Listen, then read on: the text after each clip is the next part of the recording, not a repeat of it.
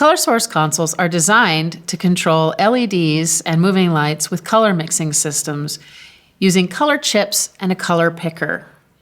To do this, we need to select our lights. In this case, I'm raising the fader on 3 LED fixtures. Raising the fader automatically also selects those channels. And now I will press the key that corresponds to the color picker. The first page shows us color chips. Color chips are simply a quick way to get to a color with a single touch of a button. They're also buttons that you can set up for the colors you want to use in your show. To apply colors, simply tap the button that corresponds to the colors we've provided as a default. To set up your own colors, we use the Setup Chips key. Once we've put this screen into this mode, we can choose any of the buttons on the screen, including the default ones, or we can pick an empty button. And once I've chosen that target, I can use the other color tool, the color picker, to choose which color should go on that button.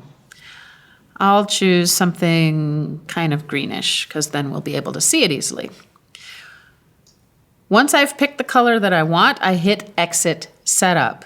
If the color's not quite right, before I exit, I can use the Fine control to move very, very small motions within that part of the screen. I can go back to buttons and see that that's the right color and hit Exit Setup. And now button number 33 has this lovely shade of mint green on it. So like I said, hitting the buttons here will change your colors. You'll notice that the LEDs underneath my channel faders are also changing colors. This is a hint to tell me which light is on. I need those blue lights, I need those red lights. I can simply see on the LEDs underneath the channel faders which ones are which.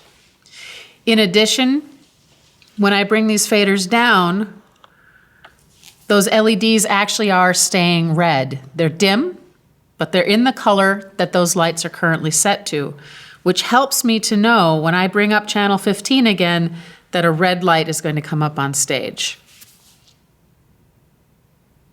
So as a summary, we have the color chips where you can store colors you're going to use in your show, or we have the color picker where I can choose anywhere on that screen to set the color that I need for my lights.